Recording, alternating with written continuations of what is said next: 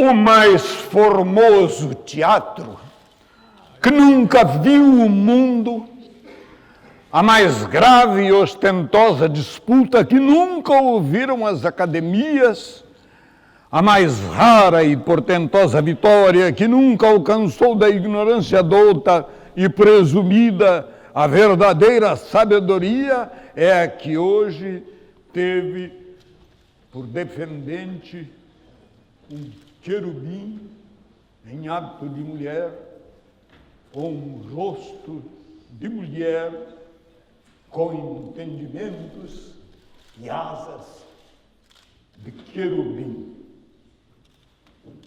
Santa Catarina. A aula ou o teatro desta famosa representação foi o Palácio Imperial. Os ouvintes e assistentes, o imperador Maximino, o Senado de Alexandria e toda a corte e nobreza do Oriente. A questão, a da verdadeira divindade e nobreza do Oriente, a da verdadeira divindade de um ou de muitos deuses, e a fé e religião que deviam seguir os homens, os defendentes, de uma parte uma mulher de poucos anos e de outra 50 filósofos, escolhidos de todas as seitas e universidades. E a expectação da disputa e sucesso, da controvérsia, igual nos ânimos de todos à grandeza de tão inaudito certame. Em primeiro lugar, propuseram os filósofos, inchados seus argumentos, aplaudidos e vitoriosos de todo o teatro, e só da intrépida defendente recebidos com modesto riso. E depois que todos disseram quanto sabiam em defesa e autoridade dos deuses mortos e mudos, que eles chamavam imortais, então falou Catarina por parte da divindade eterna e sem princípio do Criador do céu e da terra e da humanidade do Verbo, tomado em tempo para remédio do mundo. Falou Catarina, e foi tal o peso de suas razões, a subtileza do seu engenho e a eloquência mais que humana com que orou e perorou, que não só desfez facilmente os fundamentos ou erros dos enganados filósofos, mas redarguindo e convertendo contra eles seus próprios argumentos. Os confundiu e convenceu com tal evidência que, sem haver entre eles quem se atrevesse a responder ou instar, todos confessaram a uma voz a verdade infalível da fé e religião cristã.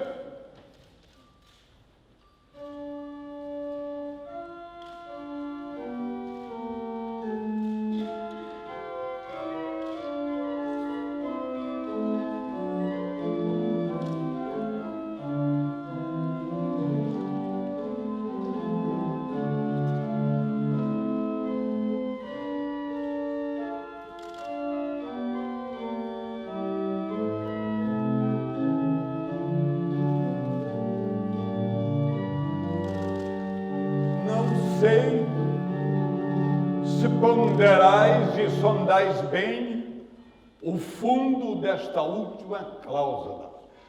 Conhecer um sábio a sua ignorância ou o seu erro é muito fácil.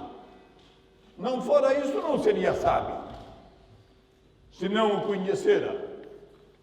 Porém, chegar a o confessar e confessá-lo publicamente É o ponto mais árduo e dificultoso que se pode reduzir o brio humano. E tanto mais quanto maior for o nome, a opinião e o grau que tiver de douto.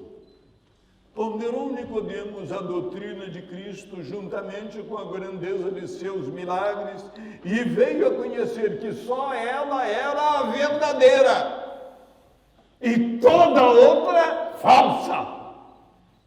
Simus quia Deo veniste magister, nemo in potest aec signa facere qua tu facis. Delibera-se a ir buscar o Divino Mestre e lançar-se a seus pés para que o ensine. Mas como?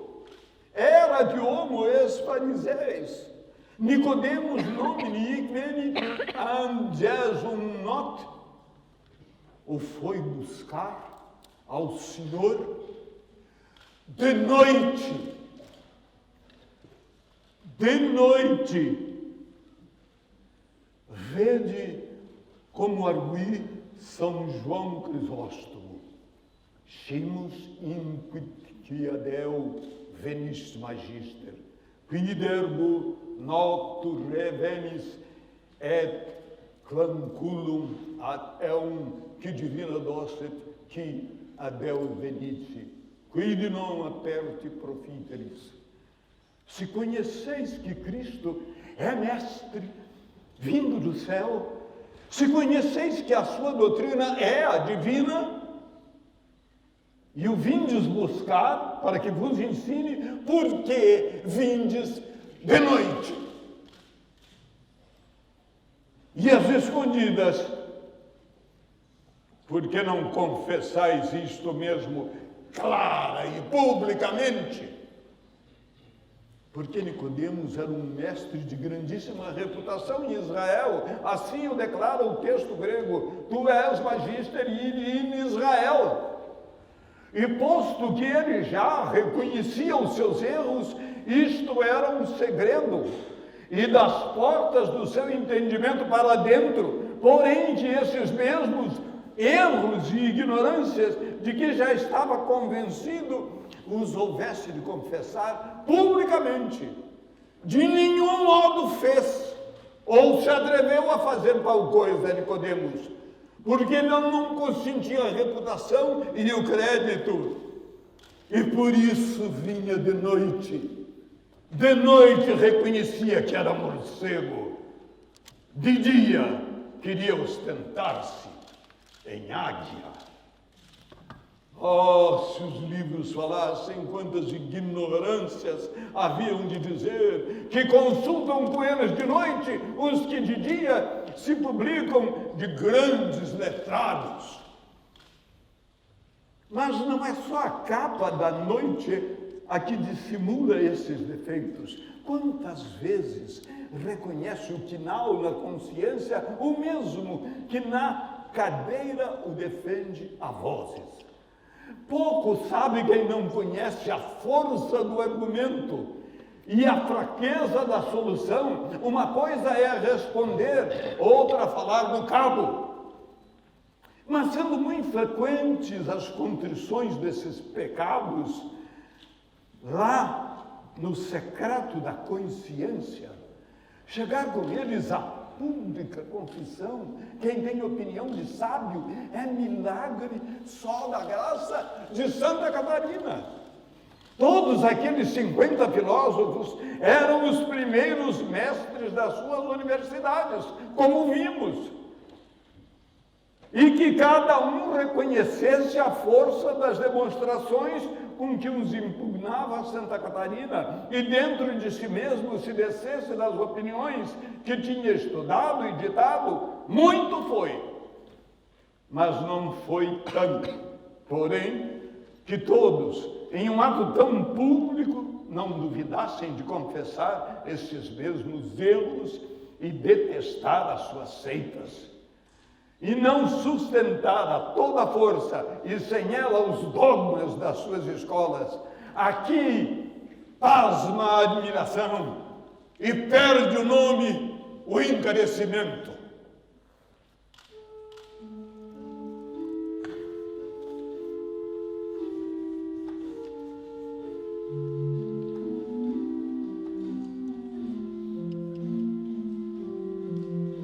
Tenho acabado meu discurso e não sei se satisfeito ao que prometi. Seguia-se agora a peroração e exortar toda nela os ouvintes, como se costuma a imitação da santa. Mas a nossa sábia vencedora, assim na sabedoria como nas vitórias, é inimitável. O que só posso e desejo aconselhar é que todos os estudiosos, os doutos, já que não podem imitar a santa vencedora, imitem os vencidos. Duas coisas tiveram insígnes esses famosos catedráticos. A primeira, docilidade. A segunda, constância. A docilidade com que se renderam à verdade conhecida da doutrina de Catarina e a constância firme até a morte com que defenderam a mesma verdade, apesar e a despeito do imperador. Quem não é dócil, senhores, não pode ser douto. Antes, a mesma docilidade não é um sinônimo da ciência. Disse Deus a Salomão que pedisse o que quisesse, porque tudo se lhe concederia. O que pediu Salomão? Docilidade. Dá-me servo tuo cor docile. E o que o Senhor lhe concedeu foi maior sabedoria, que nunca teve nem terá um outro homem. Debit licor sapiens et intelligens in tantum ut nullus ante te similis tui fuerit nec post te surrecturus sit. Pois se Deus tinha prometido a Salomão que lhe daria o que pedisse, e ele pediu docilidade, como Deus lhe deu ciência? Por isso mesmo, porque docilidade e ciência são a mesma coisa. E não podia Deus, segundo a sua promessa, deixar de lhe dar ciência, tendo ele pedido docilidade. Assim lhe disse o mesmo Deus, ex prece tibi secundo sermonis tuos. A ciência nenhuma outra coisa é que o conhecimento claro de muitas verdades, umas em si, que são os princípios, e outras que delas se seguem, que são as conclusões. E aqueles que não têm a docilidade, como são os tenazes do próprio juízo e ferrados à sua opinião, ainda que a verdade se lhes represente, não são capazes de a receber. Por isso, esses tais cada vez sabem menos, e todas as vezes que a opinião passa a erro, perseveram nele. O mesmo havia de suceder aos filósofos de Santa Catarina, persistindo e obstinando-se mais nos erros das escolas que seguiam e em que foram criados. Mas a sua docilidade é o que só tinham de sábios. Foi a que lhes tirou dos olhos o véu da cegueira, com que conheceram claramente a verdade. E conhecida, a abraçaram e defenderam.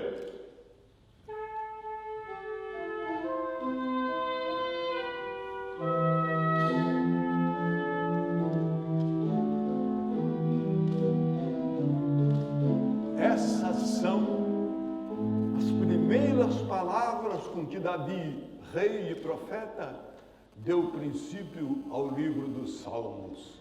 Cheios de tão altos mistérios, sendo muito digno de se notar que os homens também primeiros de que se falou fossem os doutores e catedráticos. Bem-aventurados, diz, os que não ajuntaram o seu voto ao conselho dos ímpios, os que não assistiram e defenderam o caminho dos pecadores e os que não se assentaram na cadeira da peste. E se os que isto fazem são por isso bem-aventurados, os que fizeram o contrário, que serão? As cadeias das universidades, ainda que sejam de teologia, de leis, de cânones, todas são de medicina, porque todas se ordenam à saúde pública. E que seria se os catedráticos da saúde se trocassem em catedráticos da peste, em cátedra pestilência? Pois saibam que tais são os que, tentados de ambição, da lisonja ou do temor, em lugar de desenganarem com a verdade aos príncipes que os consultam, se deixam enganar do seu ou de outros respeitos. E o que eles desejam ou pretendem, isso respondem que é justo. Mudam as leis como as velas, segundo o vento que corre, dissera eu. Mas Davi o declarou com comparação mais vil e por mais própria, dizendo que se deixam levar no mesmo vento como o pó da terra. Tancum pulsquem projeti ventus a face terrae. Os que são ou podem ser tentados dessa tentação, ouçam ao grande Teodoreto na exposição desse mesmo texto. Não quando tentatio flaverit argumentar tanquam pulvis terra in hinc dispersi ad platinum dinastarum sentenciarum mutatoris. A tentação é a esperança ou o temor. Os doutores inconstantes são o pó solto e leve, e a vontade ou inclinação dos dinastas é o vento, e o voto a sentença, e a interpretação das leis o que eles querem, ou se presume que querem. E por essa perversão das letras e dos letrados, as mesmas universidades e cadeiras de onde havia de manar a saúde pública, vem a ser o veneno, a ruína e a peste dos reinos. Cátedra pestilência! E se eu pregara onde agora me não querem ouvir, não deixara de representar aos reis ou a seus ministros o exemplo nunca assaz louvado de Baltazar e o prêmio que tirou Daniel da verdade e constância com que ele interpretou as suas letras, continha-se nelas não menos que a morte do rei, a perda da coroa imperial e a sujeição de toda a monarquia a seus inimigos. E não nos restando a Baltazar mais do que poucas horas de vida, na mesma em que lhe anunciou Daniel uma tão funesta sentença, o mandou vestir de púrpura e levantar a maior dignidade. Assim premiou um tal desengano quem tão enganado vivia. Mas esta generosidade e justiça de um rei gentil falta hoje a muitos príncipes cristãos. E desejosos de parecer justos, os quais antes querem imitar ao imperador Juliano, tão apóstata da verdade, da razão e da sua mesma coroa, como a tinha sido da fé. tendo frequentado Juliano a Universidade de Atenas e prezando-se de douto, só estimava e premiava aqueles letrados que não conheciam outra lei, mas que a da sua vontade. Assim o escreve dele seu antigo condiscípulo São Gregório Nazianzeno. Alius honoribus capiens, nimerum eos qui nullum alium lagos, quam principis voluntatem agnosebant.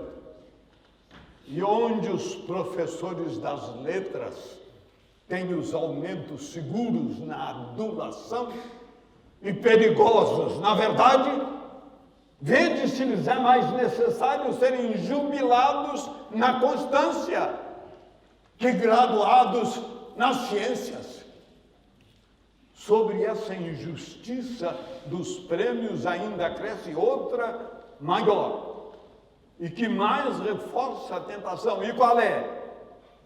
É que esses hereges das leis, ainda que sejam canônicas, são os aplaudidos de letrados e os reputados por doutos.